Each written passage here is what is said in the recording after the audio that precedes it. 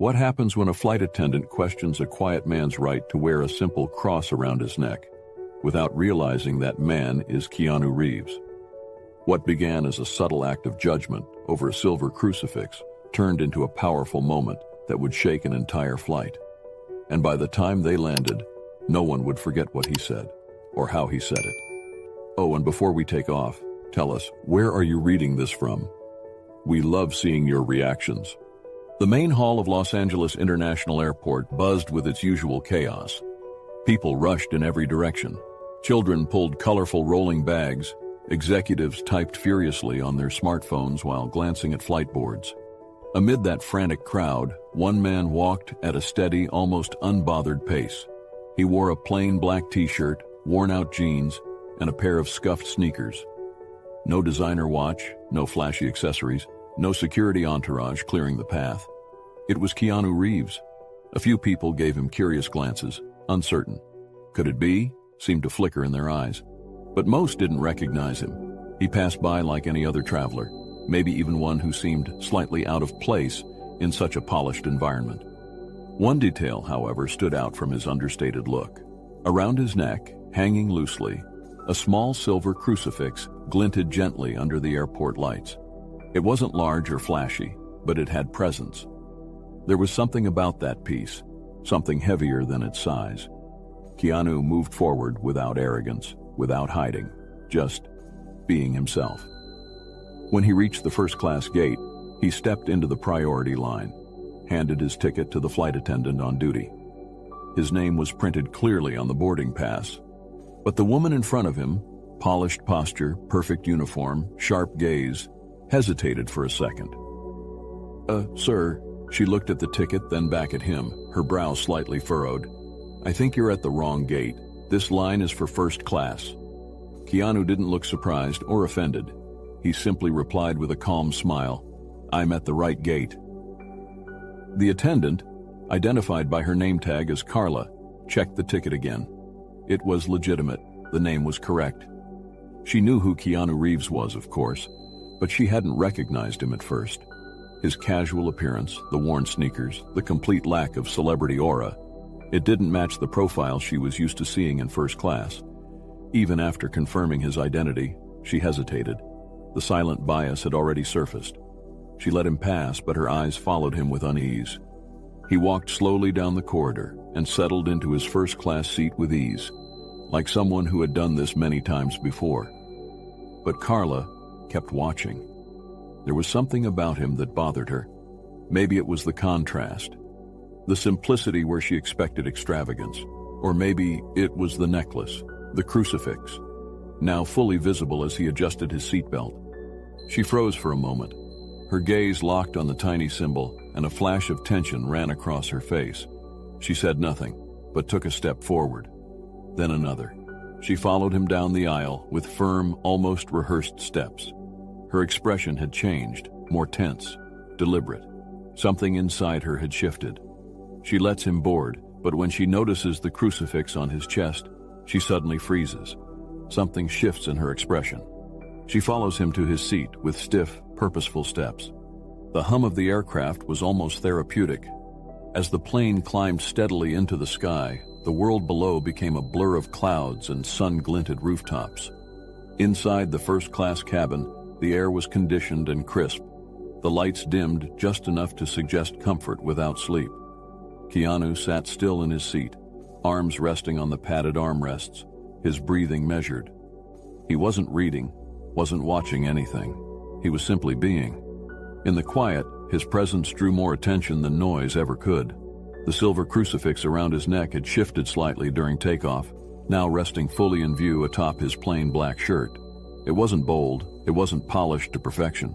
In fact, it looked slightly aged, worn at the edges, as if it had lived through decades of stories. And yet, that simple piece of metal carried more weight than most could imagine, Carla noticed. From the galley, she peeked into the aisle, just enough to keep an eye on him. Something about the way he sat there, so calm, so centered, so unapologetically himself. It made her uncomfortable. And yet, she couldn't explain why. She had dealt with celebrities before, loud ones, demanding ones, entitled ones. But Keanu didn't fit any of those molds. Still, there was something about him, or maybe about that necklace, that stirred a strange discomfort in her chest, one she didn't want to name. Moments later, she approached. Her posture was professional, calculated. She'd practiced that poise in front of mirrors, in training seminars, in her own mind every time she had to deal with situations. This wasn't just a flight, it was her domain, and she was determined to uphold its order. "Sir," she began, lowering her voice just slightly, "I'd like to remind you that we have certain policies regarding overt religious symbolism in shared spaces. Especially in this cabin, we ask for discretion." Keanu turned to her slowly, his expression unreadable. "I'm sorry, is there a rule I've broken?" Her voice remained soft, but the undertone sharpened. "It's not about breaking rules, it's about creating a neutral environment. Some passengers might find certain symbols divisive." He looked down briefly at the crucifix. "I've flown like this many times before. No one's ever had an issue." She hesitated. That wasn't the response she expected. "Yes, well, times are changing. Some travelers feel more sensitive these days. We just ask everyone to be considerate. Perhaps you could tuck it in." Her hand gestured vaguely toward the necklace, like she didn't want to point directly, as if the symbol might burn her fingers. Keanu didn't react with anger, but he also didn't comply. "This crucifix isn't a fashion statement, it's not a provocation. It's part of who I am." Carla forced a smile, the kind used to diffuse, not to connect. "Of course, and we respect that. We simply ask that passengers keep personal expressions discreet, especially in premium cabins." Her words, dressed in policy, carried a passive-aggressive bite. The woman in the seat across the aisle looked up, subtly tuning in. A man 2 rows back removed one earbud. The air had changed. Something uncomfortable had started to bloom. Not loud, not chaotic, but palpable. Keanu's voice remained even, controlled. "With all respect, I believe I'm being singled out." Carla blinked. "Excuse me? If someone else wore a pendant of a tree, a star, or a stone, would you ask them to hide it?" She opened her mouth, closed it, reset. "That's not what this is about." "Then what is it about?" Silence. She didn't answer. Instead, she cleared her throat, stepped back with a nod, and said, "I'll give you a moment." Keanu looked up again, slower this time. "This necklace has saved my life more than once. In war zones, in hospital rooms, in nights I thought I wouldn't wake from." His voice didn't rise, but it filled the space like thunder in a cathedral. "I won't hide it. Not now. Not ever." For the first time, Carla showed what she was feeling. Her frustration, her disbelief, it cracked through the plastic of her customer service expression. It was only a flicker, but it was there, and everyone saw it. Passengers turned. The energy shifted fully now, no longer uncertain. People began forming silent opinions. A man lifted his phone from his lap, pointed the camera discreetly toward the aisle. Another whispered to his partner, "Is that really Keanu Reeves?" But Keanu didn't notice the shift. He wasn't trying to create one. He was simply standing still, holding a boundary others thought soft. Carla, sensing the loss of control, straightened again. "If you refuse, I'll have to escalate this to the captain. You do what you need to do." His eyes met hers now with quiet strength. "But know this, the problem isn't what's on my chest, it's what's in your eyes." A silence so complete fell over the cabin. It might as well have been outer space. Even Nicole stepped back slightly. Even she felt it, not just the power of the words, but the truth in them. Carla opened her mouth and closed it again. She had nothing to say, and everyone knew it. Keanu says with firm calm, "This necklace has saved my life more than once, and I won't hide it." Carla's professional mask cracks, her irritation now fully visible. The plane had reached cruising altitude. Outside, clouds drifted in slow motion beneath the wings. Inside, the first-class cabin hummed with a quiet luxury. Reclining seats, champagne flutes, the occasional clinking of silverware. But one corner of the cabin buzzed with a different kind of energy, the aftershock of a confrontation no one had expected to witness. Keanu sat silently in his seat, unmoved. The crucifix still hung over his shirt, resting peacefully above his heart. Carla returned. Her steps, now quicker and more rigid, carried a new edge. She stopped beside his seat, lips tight, expression neutral, but this time there was no attempt to disguise the tension in her tone. "Sir, I've received a few comments from other passengers. Some are feeling uneasy." She spoke in that same carefully measured voice, the one that tried to sound objective, but couldn't quite hide its undertone. Keanu looked at her, calm. "About what?" Carla paused. The answer was obvious, but she hesitated to say it outright. "About the display of ideological symbols in a shared enclosed environment. We strive to maintain a space where everyone feels comfortable." Keanu didn't blink. "A symbol of faith makes people uncomfortable?" Carla took a breath, short, sharp. "Imagine if everyone began wearing political pins, religious signs, ideological slogans. It would create division in a space meant for unity." He leaned forward slightly, his voice still low, but now it carried a weight, a deliberate clarity. "Then maybe the problem isn't the symbol. Maybe it's what people have been taught to feel about it." His words echoed louder than his voice. A couple sitting nearby exchanged glances. The man subtly angled his phone, pressing the record button without drawing attention. Carla, noticing, straightened her posture, as if trying to regain authority through stature. "I'm simply following protocol. If you refuse to cooperate, I may have to notify security." Now that got attention. More heads turned.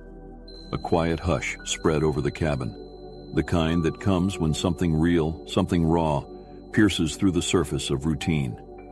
But Keanu didn't flinch. He didn't raise his voice. Instead, he looked her in the eyes and said, "Call whoever you need to, but understand this. The problem isn't what's on my chest, it's what's in your eyes." Silence, total. Carla stared at him, caught in the sudden mirror he held up, not with judgment but with clarity. His words were not aggressive, they were true, and that made them harder to swallow. A flight attendant further back stopped mid-task. The couple continued to film. One or two passengers subtly nodded, though they said nothing. The divide was forming, but it wasn't between faiths or ideologies. It was between perception and reality.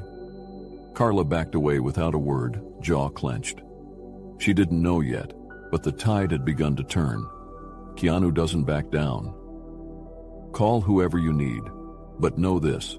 The problem isn't what's on my chest, it's what's in your eyes." The atmosphere in the first-class cabin had changed. What began as subtle tension had turned into something heavier, more electric, the kind of unspoken shift that made people sit up straighter, whisper a little less, watch a little more closely. Keanu still sat quietly in his seat, his silver crucifix resting on his chest, undisturbed and visible, not as a statement, but as a truth. It hadn't moved. He hadn't moved, but everyone around him had. Carla stood in the galley, arms crossed, jaw tight. She was no longer just irritated, she was challenged. Her authority had been quietly questioned in front of the very passengers whose respect she was trained to command. She could feel the judgment pressing in from multiple directions, not only from Keanu, but from her own team, and possibly herself. Her fingers tapped against the tablet clipped to her tray cart. The uniform she wore suddenly felt heavier than usual, tighter around the collar. She took a deep breath, then turned sharply. "Nicole, I need you up front with me." The younger attendant blinked, unsure. "Is everything all right?" Carla gave a tight smile that wasn't really a smile. "We have a situation I'd prefer to handle with protocol. Passenger 2A is refusing to comply with the direct request. I'm escalating." Nicole looked hesitant. "Is it about the necklace?" Carla didn't answer directly. "It's about setting a precedent." Nicole followed reluctantly.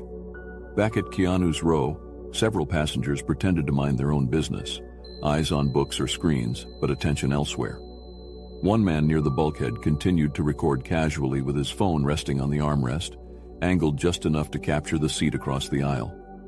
Carla returned to Keanu's side, her stance more rigid than before. Nicole stood just behind her, not speaking, just watching.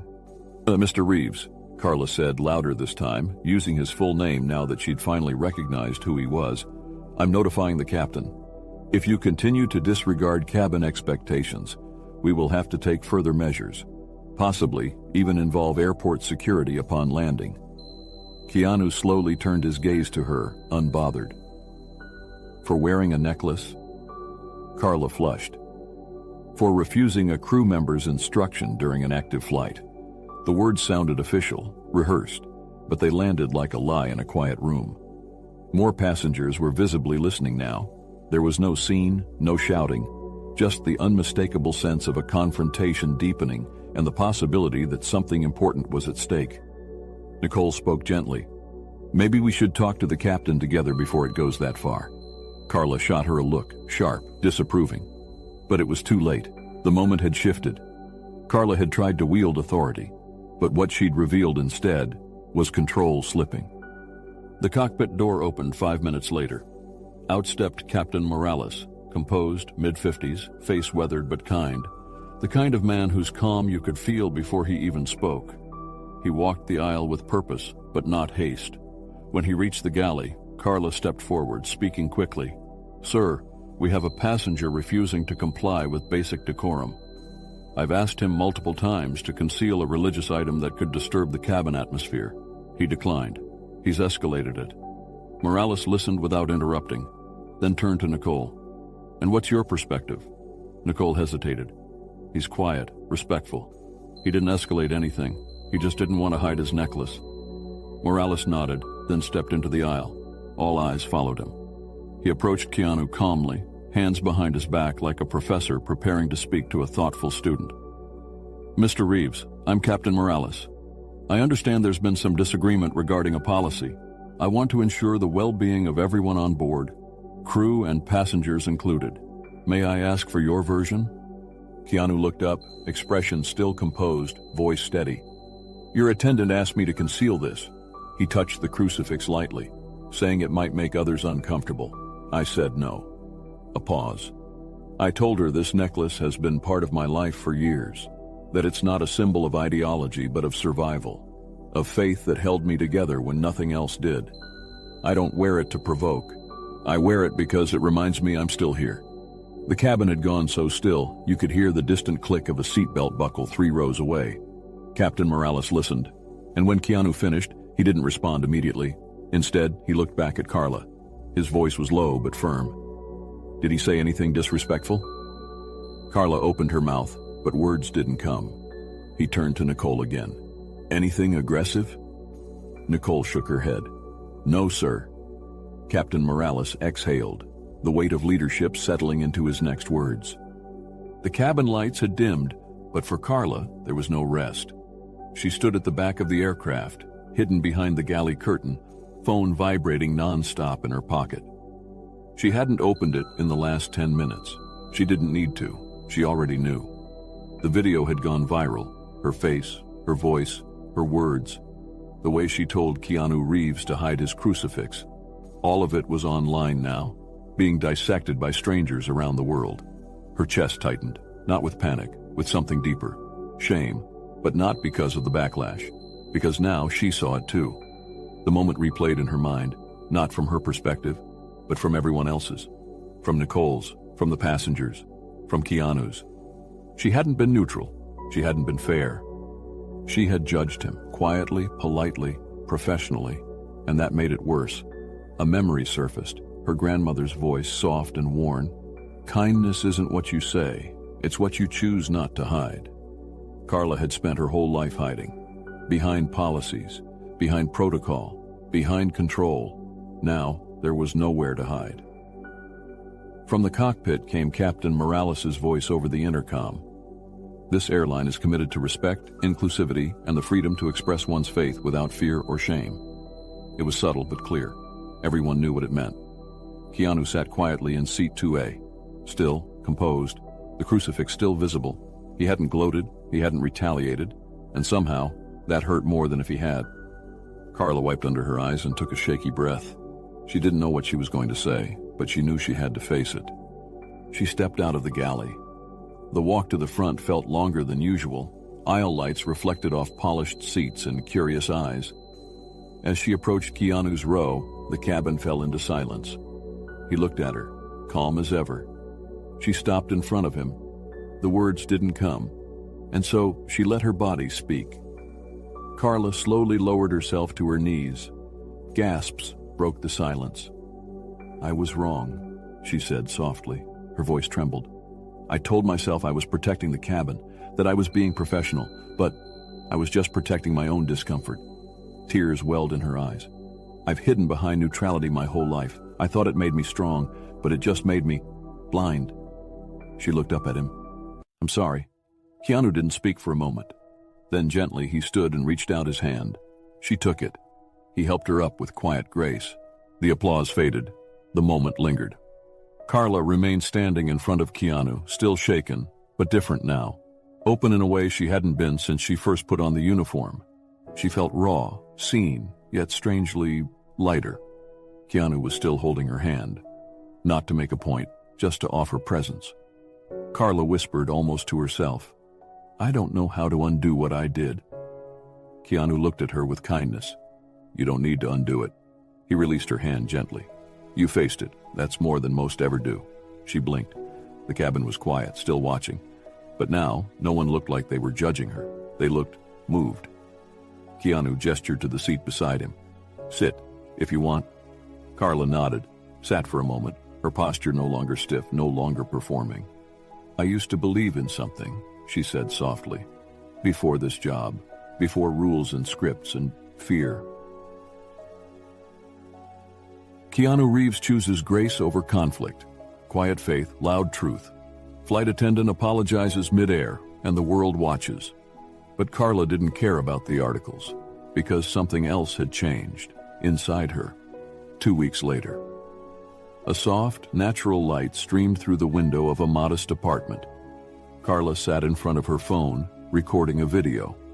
No makeup, no uniform, just her and a plain t-shirt. In her hand, she held the small silver crucifix Keanu had given her after the flight, the one he'd worn during it all. She looked into the lens. "I spent years believing professionalism meant hiding who I was." She looked down at the crucifix. "But this reminded me what it means to be human." She smiled. "Today I don't hide anymore," she paused. "Thank you, Keanu." She ended the recording, and for the first time in a long time she felt whole. The camera stopped recording. She sat there in silence, still holding the cross, not as a symbol of religion, but as a reminder of courage, of grace, of the power